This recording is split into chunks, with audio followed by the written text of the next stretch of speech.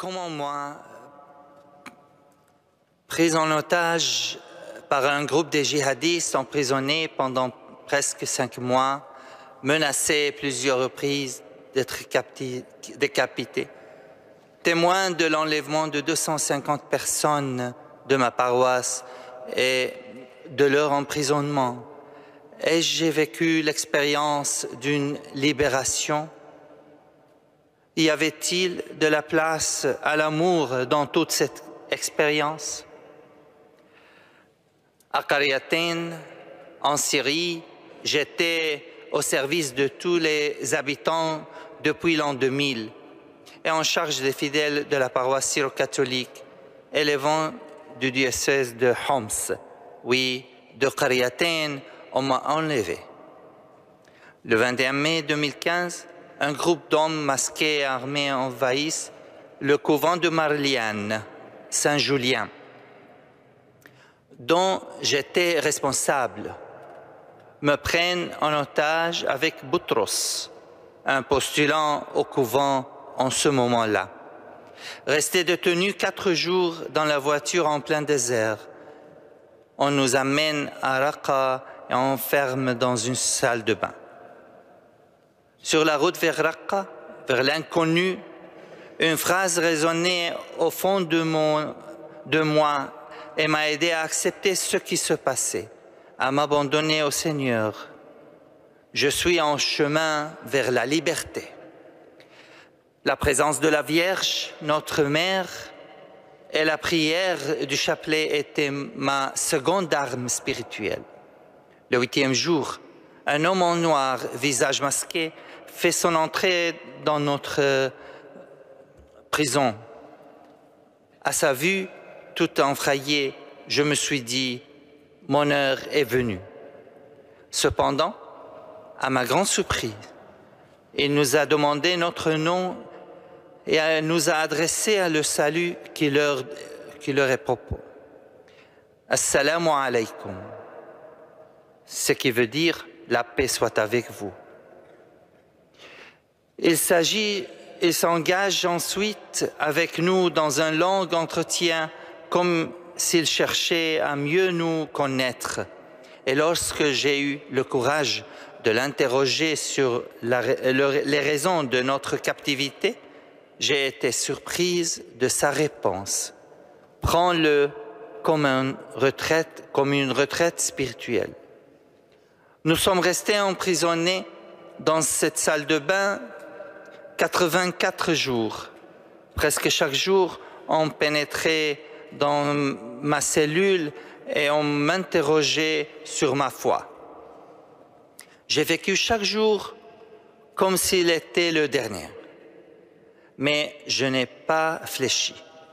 Dieu m'a donné 2 choses, le silence et l'amabilité. J'ai été harcelé, menacé à plusieurs reprises d'être décapité, soumis à un simulacre d'exécution afin de régner ma foi. La parole du Seigneur résonnait en moi. En ces moments durs, ma grâce te suffit, car ma puissance s'accomplit dans ta faiblesse. Au cœur de cette situation, j'étais heureux de vivre concrètement ces paroles du Christ de l'évangile de Saint Matthieu. Aimez vos ennemis, bénissez ceux qui vous maudissent, faites du bien à ceux qui vous haïssent et priez pour ceux qui vous maltraitent et qui vous persécutent. Le 4 août 2015, l'État islamique prend le contrôle de Qaryatin. Puis le lendemain à l'aube, prend en otage les chrétiens. Quelques 250 personnes conduites dans une région près de Palmyre. Évidemment, nous n'étions au courant de rien, puisque nous étions coupés du monde. Le 11 août, un cheikh saoudien est entré dans notre cellule. Il s'est adressé à moi en disant « Tu es Baba Jacques ?» Père Jacques, viens, on nous a cassé la tête en parlant de toi. Nous avons roulé dans le désert 4 heures durant. Une fois arrivé dans un endroit fermé, un grand portail de fer. Les chrétiens de Qaryatayn étaient devant moi, étonnés de me voir. Ce fut un moment d'indicible souffrance pour moi. Pour eux, un extraordinaire moment de joie et de douleur. De joie parce qu'ils ne s'attendaient pas à ce que je sois survivant. Et de douleur à cause des conditions de nos retrouvailles. 20 jours plus tard, le 1er septembre, on nous ramène à Qaryatayn libre, mais avec une interdiction de quitter la ville. En d'autres termes, ce retour était un retour à la vie, mais pas encore à la liberté. Déjà un retour à la vie, quel miracle, devant lequel j'étais émerveillé. Nous pouvions même pratiquer nos rites, nos messes, à condition que cela ne soit pas affiché. Quelques jours plus tard, au décès de l'une de mes paroissiennes, morte d'un cancer, nous nous rendons au cimetière proche du couvent de Marlian. Ce n'est qu'alors que je constate qu'il a été rasé. Curieusement, je n'ai pas réagi. 3 jours plus tard, le 9 septembre, fête de Marlian Saint-Julien d'Édesse de IVe siècle, durant la messe, j'ai compris que Marlian avait sacrifié son couvent et sa tombe pour nous sauver. Le soir du 9 octobre, j'ai senti que c'était le moment de partir. C'était le 40e jour. Et le lendemain, à l'aide d'un jeune musulman, j'ai pu fuir Qaryatayn malgré les risques que cela impliquait. Et c'est encore là que la main miséricordieuse de la Vierge Marie m'ont protégé et accompagné. Aidé par ce musulman de la région, j'ai pu passer un barrage contrôlé par les djihadistes sans qu'ils me reconnaissent et qu'ils saisissent de moi. Un jour du 10 octobre, sur ce chemin désertique, ce mot « liberté » est réjailli de nouveau. Cette fois, cette soif de la liberté n'est pas uniquement la mienne, elle est celle de tous les peuples syriens. Beaucoup de pays européens et américains ont ouvert leurs frontières aux réfugiés syriens et les ont accueillis. Les milliers de Syriens qui ont fui la mort se sont réfugiés dans ces pays parce qu'ils aspirent à la vie et sont passionnés par la liberté. Cependant, je ne peux pas fermer les yeux face aux contradictions que l'on observe dans ces pays en guerre.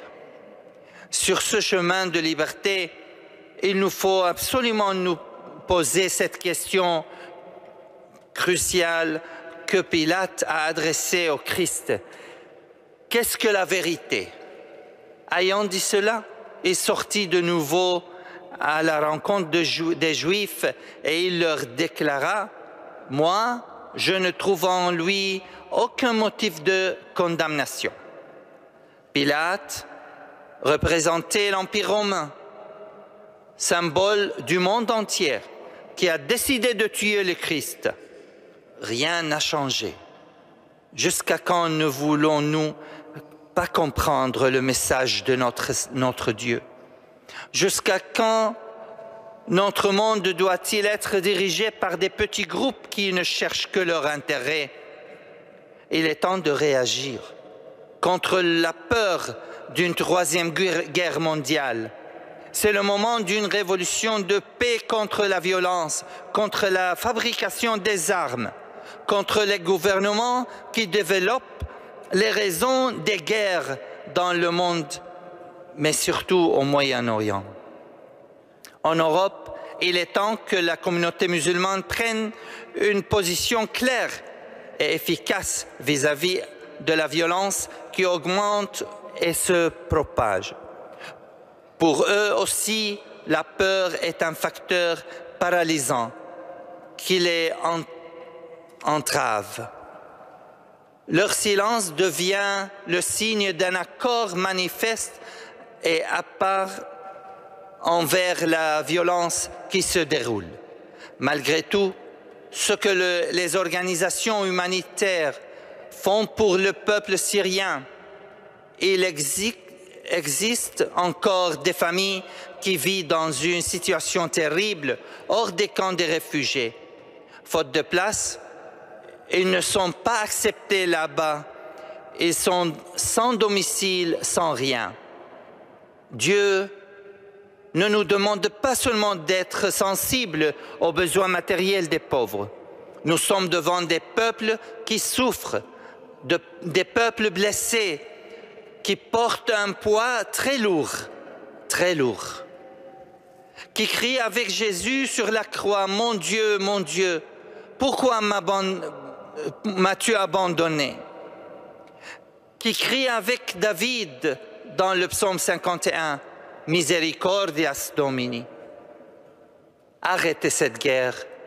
Nous voulons retournons sur nos ruines. Nous avons le droit de vivre comme tout le monde. Nous voulons vivre.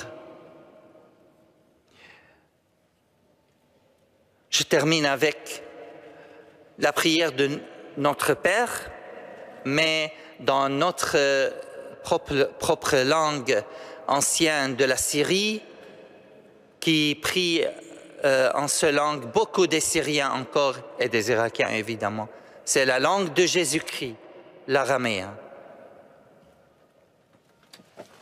Aboun bashmayo, net qadash shmoch, tite malkouthoch, nehwe sabionoch, aykanud bashmayo of bar'o.